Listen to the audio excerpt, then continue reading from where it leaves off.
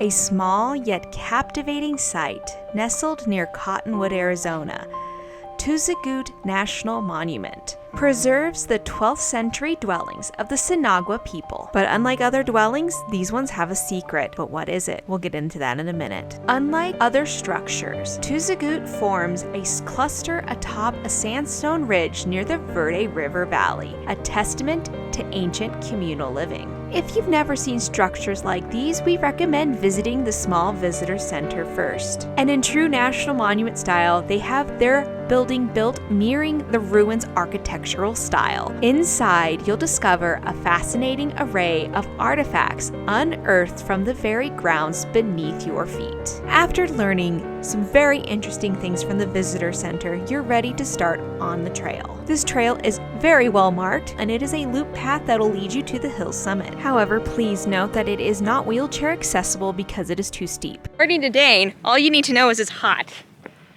It's hot, it's steep, very hot. And it's very hot. So Dane's official review is it's hot.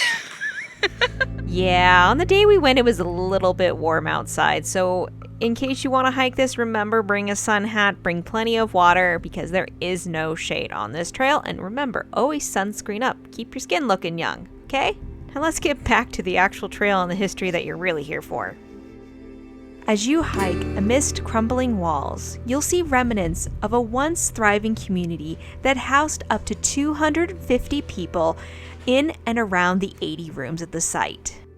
Some of these were even spanning 2 stories tall. In all honesty, it's amazing that these ruins are still here. When you drive to this site, you drive through a really big area of flatness. But what you're really driving over are the remnants from decades of depositing the byproducts of mining. This site has been used for years by various mining companies to dump their slurry or the debris. Historically, it was probably the farmland for the Sinagua people, but now it's really a tailing site. The tailings pond was eliminated in the 1950s, and in some areas was over 50 feet thick. In 2006, Phillips Dodge Mining Company started a process of placing a cap over the tailings. Over time, a mixture of seed was placed with native plants.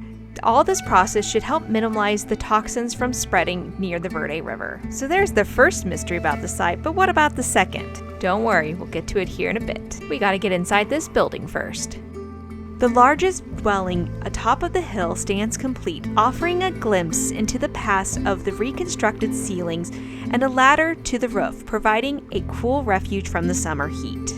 Now let's get into some history. These ruins were approximately built by the Sinagua people between 1125 and 1400 AD. The most interesting part about this, it incorporates very minimal exterior doors. Instead of using doors like we do today, the residents utilized ladders and trapdoor openings in the roofs to access the interior rooms, an ingenious architectural choice that adds to the mystique of Tuzigoot and honestly a lot of other Sinagua people's ruins you see throughout this area. The Sinagua people tended to build and have access points on the top, unlike some of the other cultural areas around. A lot of people are more familiar with the cliff dwellings of Mesa Verde.